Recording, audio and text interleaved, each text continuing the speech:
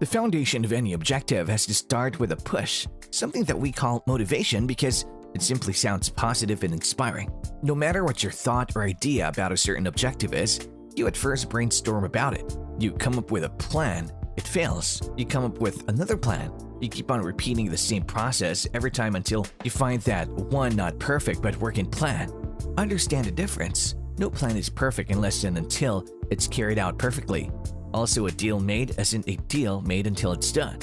I'm not even saying that to start with something, you have to be rigid on yourselves and make your brain work 24/7.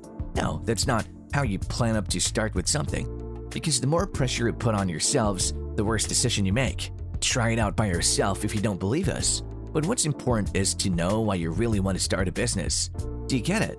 Of course, without a purpose, no motivation and nothing really works. Now, the question of how to ensure the success of your idea, your company is a problem we encounter every day, specifically in the tech world. And so is the knowledge we try to gather from the stories of the founders. Although the story behind each company is unique, companies that achieve this goal by achieving target milestones. Welcome back to our channel. The topic that we'll be discussing today is how to build a successful tech startup. But before we start, subscribe to our channel and don't miss any updates. Let's get started already. Well, to have the best opportunity to successfully establish a technology company, consider the points we're going to discuss in this video. What makes startups distinctive? Although startups are indeed enterprises, it should be understood that they are a very special type, and their operating methods seem to run counter to most people's beliefs about how enterprises should operate. Well, that makes absolute sense. For instance, if companies want to find a place in an established market, startups will be interested in new, repeatable, and scalable business models.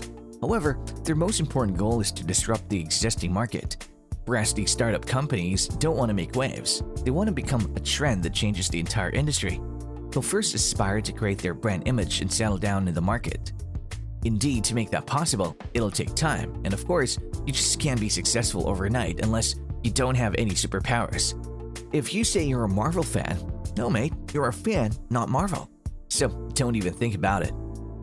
Hence, unlike traditional businesses that seek to make a profit from day one, startups don't expect immediate returns. Startups give slow incremental growth and hope to achieve explosive exponential growth at some point in the future. With that being said, let's take a look at how to build a successful tech startup. Construct the product. Making is necessary, producing is necessary, creating is necessary. It's nothing but an initial step for your business. And I know it sounds obvious. When starting a cloud technology company, I focused on building products full stop. Precisely, products account for 30% of the total work required in the long term, but other priorities usually divert early attention from the product. And for a fact, once your product is solid, the company can shift its focus to the other 70%, namely sales, marketing, service, and support. No doubt you can make it happen. Seize the opportunity. This is similar to the idea of maintaining flexibility, but on a much larger scale. Because there's one factor that you can never plan for: opportunity. You can call it timing or luck if you want, but opportunity clearly plays an important role in every decision you make. Meanwhile, in the process, if a different opportunity arises, be prepared to move forward or even take a step back. But be prepared, don't flow with the stress. Hire sales staff and engineers. Teamwork makes the dream work. Hence, every new company needs to hire salespeople where they see their business within 12 to 18 months, not to meet their needs today, no matter what other pressures they might feel. Many companies give up their growth potential because they hire based on current needs rather than according to the vision of the company they want to be. Be ready to manage every possible time. This is not just your startup, but your dream, so this also makes it your responsibility. Maybe you can handle everything yourself at first, but as your team grows, you need to make sure that everything is on the right track and everyone is communicating. If your engineer can't make the function work as expected, then your product designer better understands the bad news as soon as possible. Either be prepared to supervise everything yourself or hire someone who will share this responsibility. Although part of the fun of a startup is a sense of freedom and exploration, if you establish a workflow and accountability, everyone, including your investors, will be happier. Focus. If you're in doubt concerning your business, never let anything take your focus. Don't be hesitant. Question yourself 1,000 times. That'll solve your issues. Apparently and undoubtedly, Every company has a dual identity service and product that still makes you unique, and you don't have to doubt your idea concerning the issue. Successful companies obviously choose only one for their vision. Be patient. Tactics determine strategy, whether it's products, sales, recruitment, headquarters, location, etc. Too many times, companies are blocked by the constant search for better information. Companies should always collect the best information possible, but they need to value execution more than perfect information. Failure. After the company starts and executes, it's important to allow rapid failure. Failure brings an opportunity to make a change, and then hopefully win. In my experience, it's very difficult to succeed in the cloud ecosystem when the company's culture doesn't recognize that rapid failure is the ultimate way to success. Be prepared for setbacks. Remember when we talked about failure and frustration at the beginning? Well, this will happen to you. Things will go wrong.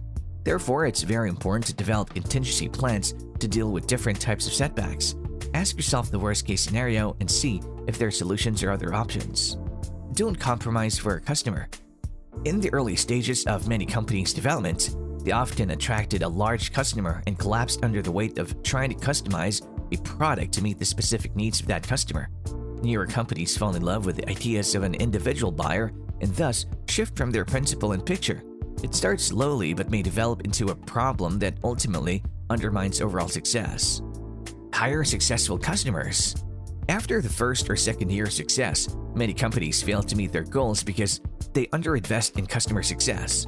The number of successful sales staff and customers should be hired and matched on a 1-to-1 ratio. Great companies fell into a trough after a year or two because they continue to invest in sales without building a corresponding customer success team. Use technology partners. There is a huge ecosystem consisting of successful cloud technology companies willing to establish partnerships. If the new company doesn't cooperate with the established company, they will miss the opportunity to expand. The vision of a company alone may be amazing, but there are other companies ahead of them, doing things that have nothing to do with them. Can provide scale and attract customers, which will help the new company to far exceed the weight level it should be. Their weight class may be on their own. Passion and vision can provide the foundation for a great company, but it's this passion and desire that can also lead the company on the wrong path. Successful companies are built on careful investment in the future and a keen eye for past failures and lessons learned. Plan to expand. Things are going well. You have achieved some initial successes and people are paying attention to you. So, what will happen in the future? If you want to be truly successful as a technology startup, then you need to plan how your business will expand. Do you have a server that handles large amounts of online traffic? Can production meet the increased demand? If there is a problem with your supply chain, are you at risk? Does your team have enough room to work with new customers and push updates on time? Or will you have to hire new people? In addition, if a partner leaves to start another company or a star developer is hired by a competitor, please don't be caught off guard. Can you replace key employees when they leave? Or do you want to put the entire company in trouble? Tell us. This was all about it. Thank you for watching the video. If you enjoyed it, please like it and subscribe to the channel. Please let us know your thoughts in the comment section.